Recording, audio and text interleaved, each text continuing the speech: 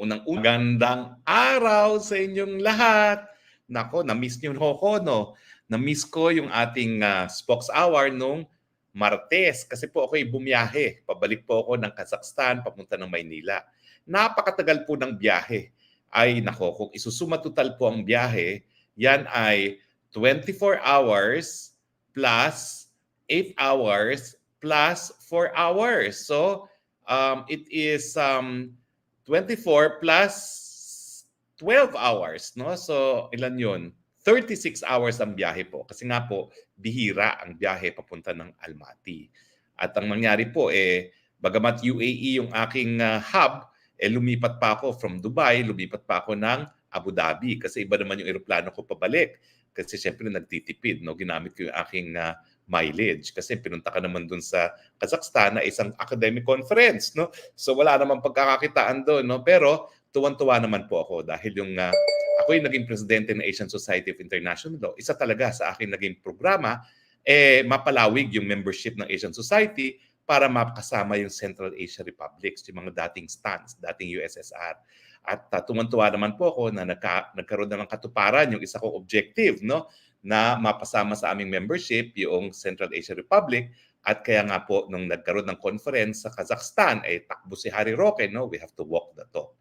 So maraming salamat po. Thank you to all those who made the Kazakhstan conference a huge success. Napakaganda po ng konferensya. At ang naging tema dyan, at ito rin yung aking sinabi doon, na yung international law as we know it, bagamat palaging sinasabi ng mga puti na sila nagsimula niyan, hindi po totoo. Dahil yung mga relasyon sa Asia, nakatira pa sa kuweba ang mga puti, meron na tayong relasyon sa mga bansa sa Asia. At dahil po dyan, ay ibig sabihin, bago pa nagkaroon ng grotius na sinasabi nilang ama ng international law, meron na tayong international law dito sa Asia. Matagal na nga po tayong nakikipagkalakalan sa China. Bago pa nagkaroon ng tinatawag na international law, may mga relasyon na tayo. Kaya nga po hindi totoo na ang international law ay nanggaling sa mga puti, sa mga Westerners. Nauna po ang Asia. At kaya naman po yung tema ng konferensya, hindi lang kung ano yung naging kontribusyon ng Asia sa international law, kung hindi, paano ginagamit ng mga puti ang international law para itaguyod ang kanilang mga interes. At kinakailangan tayong mga Asyano at mga Aprikano magsama-sama at itaguyod naman natin ang interes natin. Anong interes natin bilang mga developing countries? Siyempre, yung pag-unlad, yung hindi mapahamak sa gulo ng mga makapangyarihang mga bansa. Yan naman po ang ating ninanais bilang mga developing country. Magkaroon lang tayo ng mas mataas na antas na kabuhayan, magkaroon ng kapayapaan. At yan naman po naging tema. At galak na galak po ako kasi hindi naman tayo nag-iisa dun sa ating paniniwala na dapat ang mga Asyano, ang mga Pilipino, itataguyod ang pang-nasyonal na interest natin at hindi interest ng mga developed countries gaya ng Estados Unidos. Pero ang pag-usapan po natin, nako, talagang mula nung nagsimula ang bagong republika, ay nako, talagang nagbagong ating lipunan. Bagsak po ang stock market. Halos 1% ang binagsak ngayong araw na ito. Isa sa pinakabagsak sa kasaysayan ng Philippine stock market. At ang peso po sa bagong republika, malapit na po sa all-time low na 59.2. Nag-close po siya ngayon ng 58.9. So kaunti na lang, all-time low ang peso. Ano ang ibig sabihin ng nag-all-time low ang peso at napakalaki ng bagsak ng stock market? Naalala nyo yung depression sa Amerika. Yung depression sa Amerika nung panahon ni President Roosevelt, isa po talaga sa nag-trigger ng recession na yan ay yung pagbagsak ng stock market kasi nawala yung pera ng mga Amerikano na ininvest sa stock market. Ganyan din pong nangyayari ngayon sa atin sa pagbagsak ng stock market. Bakit ba ho bumabagsak? Well, unang-una, whether be it stock market o yung peso, yan po ay dahil kawalan ng kumpiyansa. Ano po yung mga dahilan kaya nawawalan ng kumpiyansa? Walang pinakamalaking dahilan po dyan, yung walang tigil na pagtaas ng presyo ng bilihin or inflation. Kapag mataas po ang inflation, nawawala ang balor ng ating currency. At pag nawala ng balor ang ating currency, ibig sabihin, babagsak talaga tayo as against the US dollar. So yung bagsak po ng peso na yan, bagamat sinasabi nila na lumalakas din ang US dollar dahil panahon ng gera, at talaga naman pag may gera, talagang either ang gustong hawakan ng mga tao sa buong daigdig ay ginto o dollars, meron ding kinalaman yung napakataas na pagtaas ng presyo ng bilihin. Kaya bumabagsak ang kumpiyansa sa peso. At alam nyo ba ho, noong October 2022 na all-time high, panahon din po yan ni PBBM dahil nagsimula ang termino niya ng July 1 no? Or June 30, 2022. No? So doon sa bago pa lang siya, nawalan na po ng kumpiyansa ang lahat ang buong daigdig basically, hindi lang naman Pilipinas ang nawawalan ng kumpiyansa sa peso, no? Dahil po ang peso, hindi lang naman po Pilipino ang gumagamit niyan. Ginagamit yan ng iba't ibang mga nasyon na merong gustong kunin sa atin, bagamat ang bayad nila ay dollars, no? So, yan po ang pinakamalaking dahilan. Kawalan ng kumpiyansa dahil sa patuloy na pagtaas na presyo ng mga bilihin, inflation, na ibig sabihin, nawawalan ng balor ang peso. At kapag ganyan po katalaga ang problema natin sa inflation at nawawala ng balor ng peso, syempre, yung kumpiyansa rin ng mga nangangapital sa stock market, naglalaong parang bula. At yung bagsak po nitong araw neto na napakatindi. Ay, hindi ko na pala nagamit yung slide, no? Pero, ganong katindi ang bagsak, nako, tuturo ko na lang po sa aking ito po, oh. Tignan nyo po, Nakikita ba ito? Tignan nyo, yan ang bagsak ngayong araw nito. Napakatindi po. Nakita niyo yung graph. Bagsak talaga. Bumagsak ang stock market ng 45.0 points down to 6,366 or 0.7%. Isa po sa pinakamatindi ito. Kung titignan niyo sa graph, yung pagbagsak niya, isa sa pinakamatindi. So sa bagong republika ni PBBM, wala pong kumpiyansa ang mga nangangapital sa stock market at wala rin kumpiyansa sa ating Philippine peso. Well, at least po, meron tayong record kasi yung lowest rate ng peso, yung pinakamahinang peso sa administrasyon ni PBBM at syempre sa bagong republika, PBBM will beat his all-time low! Yan po ang bagong republika. Ano pong kasagutan dyan? Well, kinakailangan addressin po natin yung inflation. At para nga po, ano ba yung nagko-contribute sa inflation? Unang-unang pagkain. Napakatindi po ng pagtaas ng presyo ng pagkain. Bakit? Kasi nga po, hindi na natin inaasikaso ang interes ng ating mga magsasaka.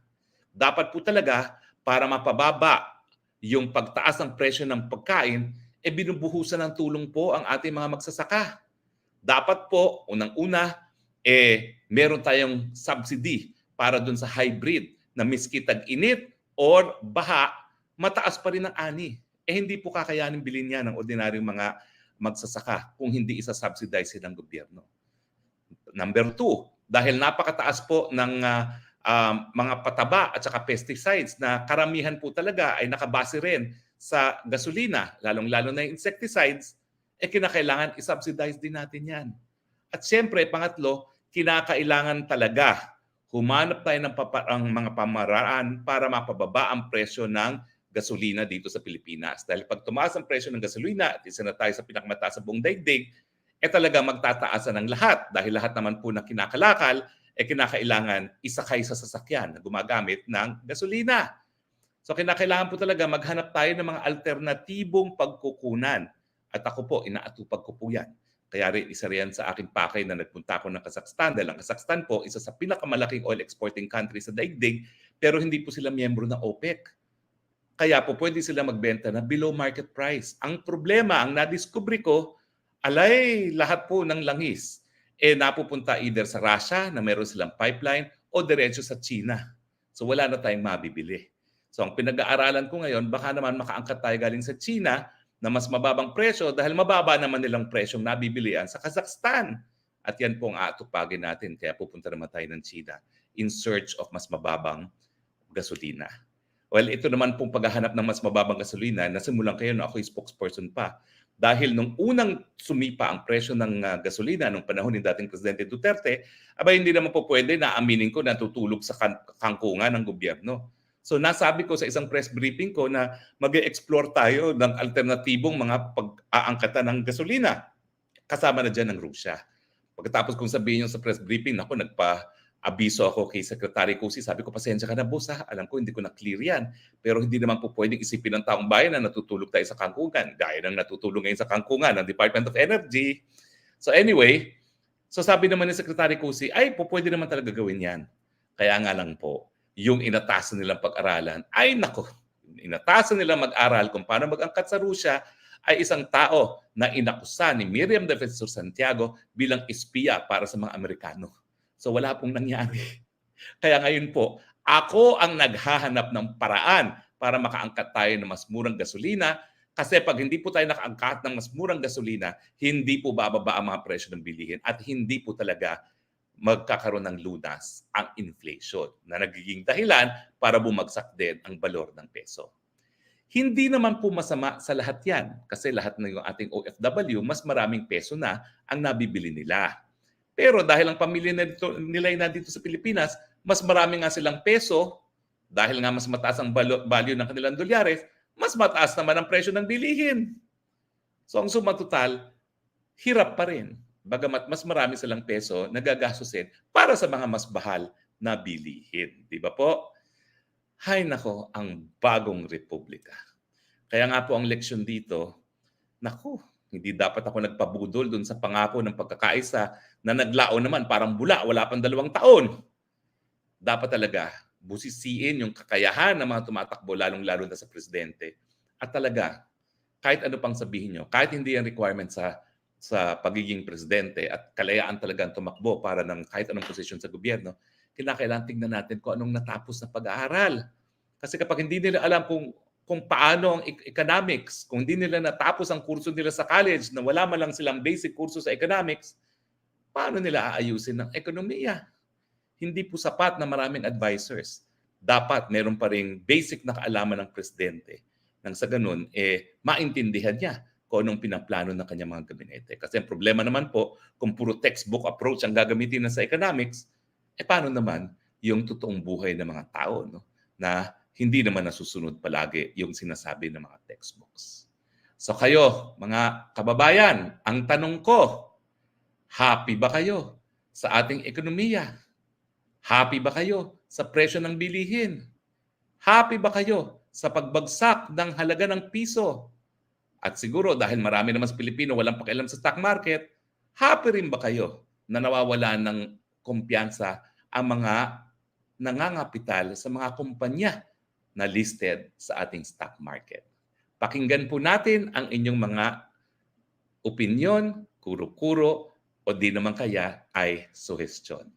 Ang tanong, bagong Pilipinas, bagsak ang stock market, bagsak ang piso, happy ba kayo sa bagong Republikang Pilipinas? Sige po, basahin na natin mga komento. Bakit ba madilim itong aking screen at halos hindi ko mabasa? Sandali baka mamaya yung aking mata lumalala na. Naku, wag naman sana. Okay, ang una ko is si Norcos. Anong bagong Pilipinas? Bagoong ang Pilipinas po.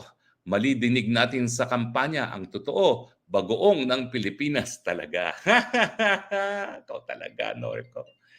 Martha Reyes, dapat po lawyer o ekonomista ang mga presidente. Well, sa akin po, hindi naman dapat lahat ekonomista at presidente. Siguro sapat na po na nagtapos ng kolehiyo para meron siyang basic discipline kung paano mag-aral. Yun po yung tinuturo ng college paano tayo mag-aral. Okay?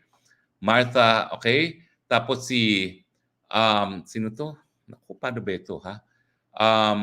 Doriman Belen, spokes, sabi ng isang Romualdez ng Tacloban, 1 call away lang daw si Bongbong, si Bangag, at ang tulay ay si BP Sara. Kesa daw mag-away-away. Naku, ewan ko ba ho? Sino ba ang unang umatake kay BP Sara at binawasan ng kanyang budget na parang siya'y kalaban? Palagi kong sinasabi, nung panahon ni Lenny na talagang katunggali sa politika, hindi naman nila ginawa yan. Yung ginawa nila kay BP Sara. Okay, si Flor de Lis Clanog. Bagong Pilipinas po kasi, attorney, at walang silang pakialam ang nasa gobyerno natin. Para nga po kasi 2 taon na Parang wala namang hakbang na ginagawa para sa mapigilan yung pagtaas ng presyo ng bilihin at saka yung 20 pesos na pinangako na kada kilo ng bigas, nasaan na? Morbid Angel, si Suki, takot ang investor pumasok sa ating bansa. Sayang ang billion-of-dollar investment. Tapos, puputok ang giyera. Tama po, kaya wala na talagang nag-i-invest galing China. At ang China po talaga, isa sa pinakamalaking pinanggagalingan ng kapital sa buong mundo. Hindi lang po dito sa Southeast Asia. So bantakin mo, yung pinakamalaking investor, ayaw mag-invest sa Pilipinas. Ay yung mga inaasahan natin mga Amerikano, hindi naman nag-invest sa Pilipinas. Bakit? Kasi ang layo natin sa kanila. Yan ang katotohanan. Okay? Pusod Nation, totoo po yan, Attorney Harry, bagsak ang stock market. Kaka-check ko lang, mataas ang palitan ngayon. Although, malaki ang value ng piso, ibig sabihin naman po, ang ekonomiya natin ay bagsak. Totoo po yan. Talaga yung balor ng peso, nakaka-influence po dyan yung kumpiyansa sa ekonomiya. Kasi siyempre, kung walang kumpiyansa doon sa ekonomiya ng bansa, mawawalan ng balor yung piso. Kaya nga po, naku, 60 na ngayon, magsisisenta na ang piso. Ang prediction ko po, baka itong June, maging 60 na.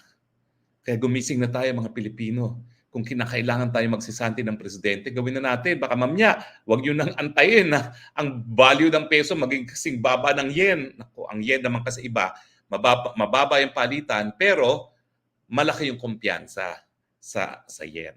Okay? Okay? Sino to? Naku, ba't ang labo? Sin Yisheng.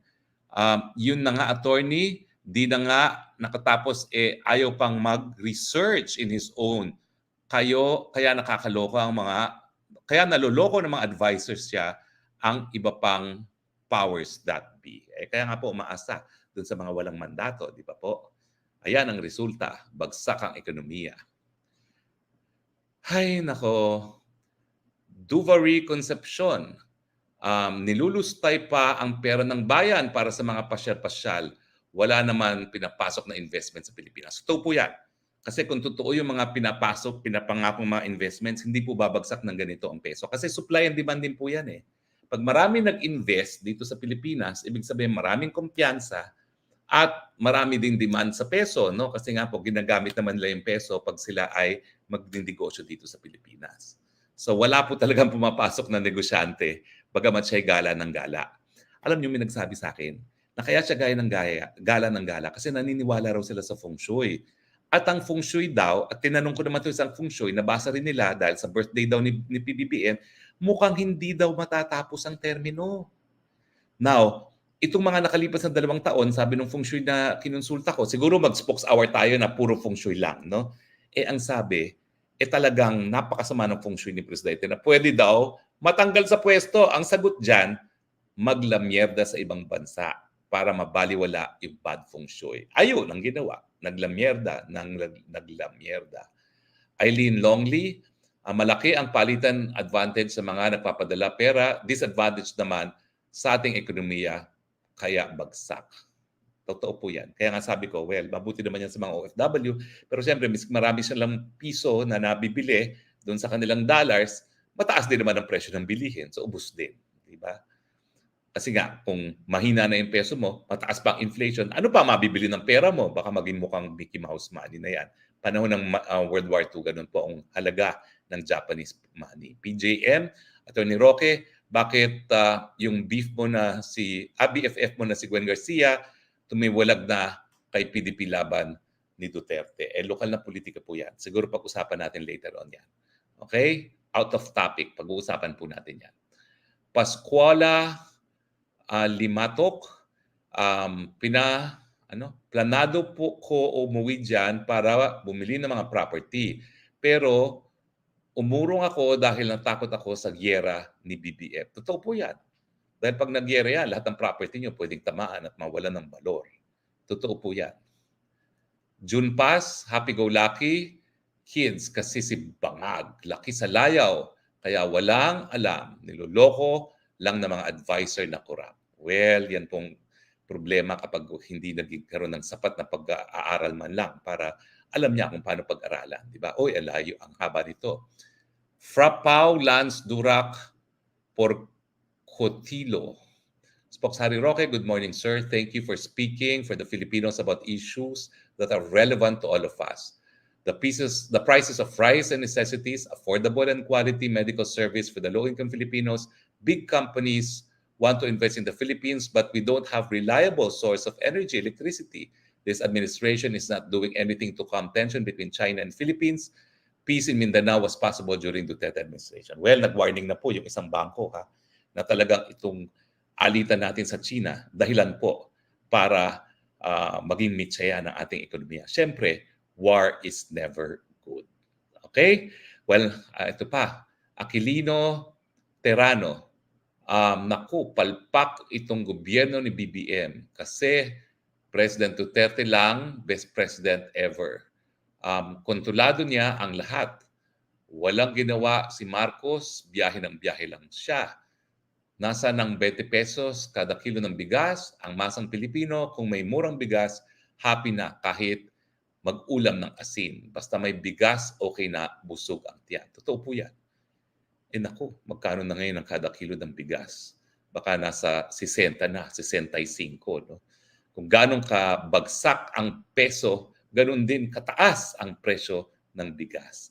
Dahil hindi nga sapat ang ating inaaning bigas, mag-aangkat tayo dahil mataas ang dolyar, mas mahal pa rin yung presyo ng aangkatin na bigas.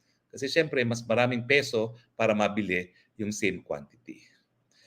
Well, alam niyo po sa demokrasya, ang soberenya ay ang taong bayan.